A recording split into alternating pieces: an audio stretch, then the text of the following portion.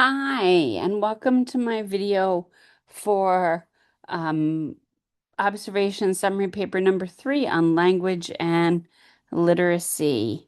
So I'm going to share my screen so we can go over this paper.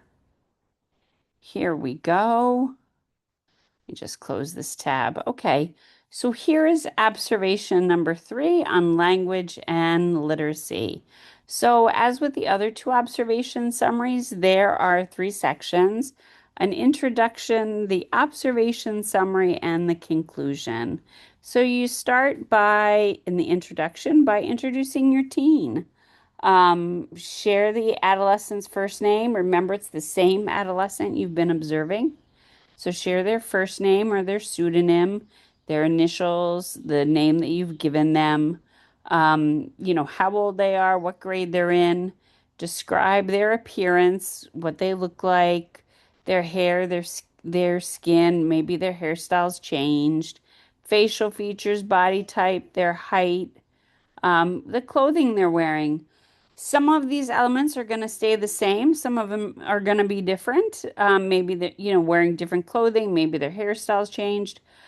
You should describe it in such a way that if I walked in the room, that I would be able to say, "Oh, that is Javier," or "Oh, that is Melina," right? So that I would be able to identify your focus student.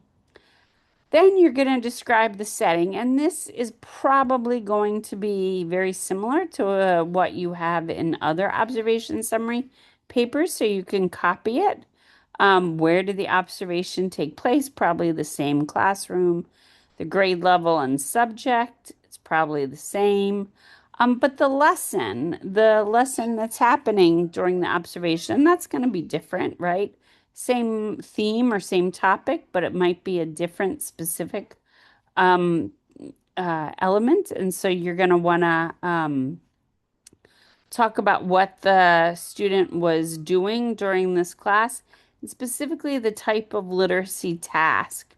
Note taking, argumentative writing, writing a lab report, short responses, creative writing, discussion-based writing, developing, answers to word problems or creating word problems, whatever they're doing related to writing.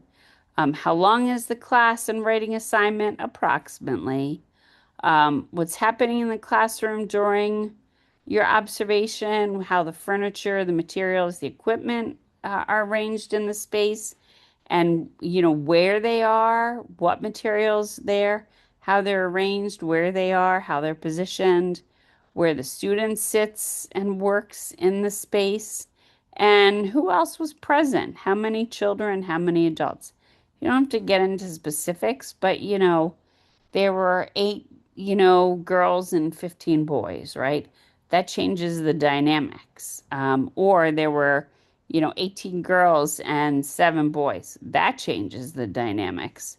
Or there were four adults, right? That changes the dynamics. So, describe that.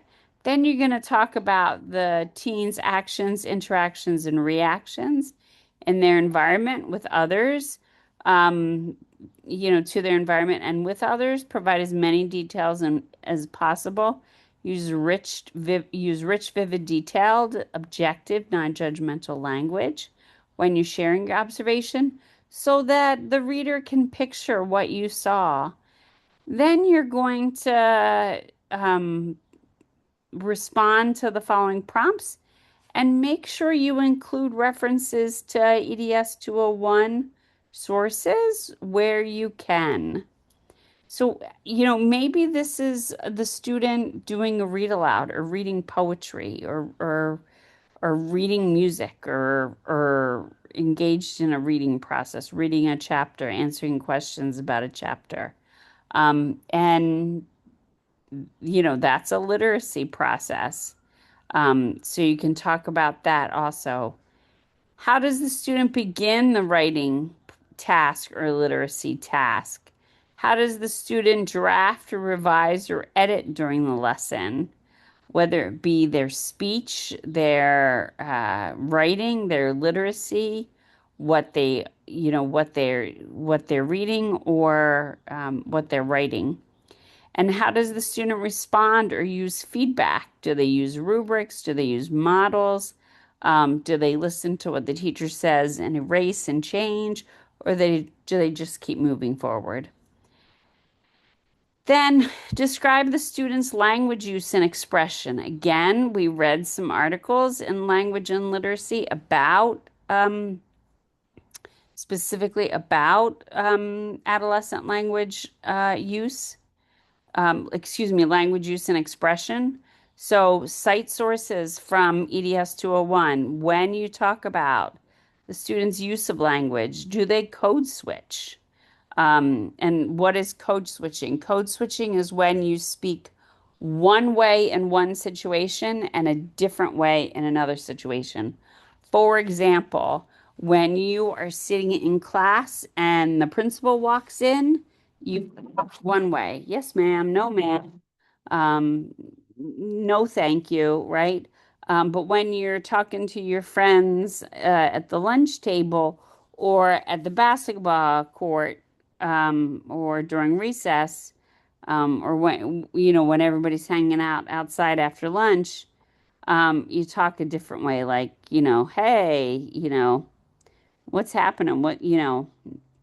Whatever, right? You're not using like very formal speech that you would when the principal's standing in front of you. And that pretty much goes for everyone. And those things are called code switching. So, you know, does the child, does the student use academic or conversational or discipline specific speech or another different type of speech? And if so, how? Describe what you see. How does the student demonstrate awareness of awareness of the audience and purpose of their speech and writing? So who they're talking to, and who they're writing to. Describe the student's ability to express their ideas in writing and orally during class time. Are they clear? Are they articulate? Are they stumbling over their words? Are they having a hard time expressing themselves?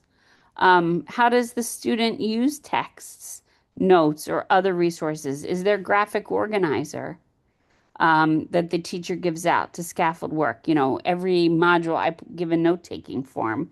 Is that available to the student? It doesn't have to be like the one I give, but is there a graphic that the teacher provides? Does the student use it or not use it?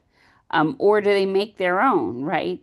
And does that support their writing or reading or responses? And then describe the students' engagement and presentation in discussions with friends, with partners, like assigned partners. So friends is like people you hang out with, right? Um, in Marco's paper, he talks of his focus child has two best friends. They go to the movies together. They talk about what they're going to do on the weekends, right? Like they're like BFFs, right? So how his focus student talks to her friends is likely different than it's going to be, and those friends are girls, by the way, different than an assigned partner that's going to be like a boy that she's maybe not as close to. Or how do they talk to and engage with small groups, specifically small groups they're assigned to that aren't their friends? And then how do they engage and present information to the large group when you're talking to the whole class? Do they raise their hand eagerly to chat? Or do they just like sit and never raise their hand, never say anything? Are they like an eager beaver to like answer questions or like silent as a mouse, except when they're with their BFFs and then they're like chatting up a storm? Talk about that. How does the student manage distractions or challenges when speaking or writing? Is their attention like constantly like, being pulled to something else, and what do they do? And then in your conclusion, what are the students' strengths in writing, language, and literacy? How does the classroom structure support or constrain the students' writing, language, and literacy use? Um, how, what did this observation help you notice about writing and literacy instructions that you had not considered before?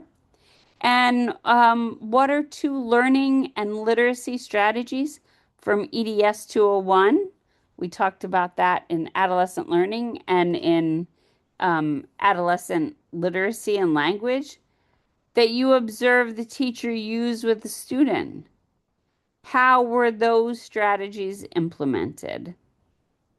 So hopefully, um, you will have enough information to create a very thoughtful paper. This is the rubric and how your paper will be assessed. So I look forward to your thoughtful responses and to reading your papers. I hope you have a great rest of the day um, and enjoy your time in your fieldwork. Remember, 36 hours of fieldwork by the end of the semester in order to pass EDS 201. So I know you're going every week and accruing those hours. Be well.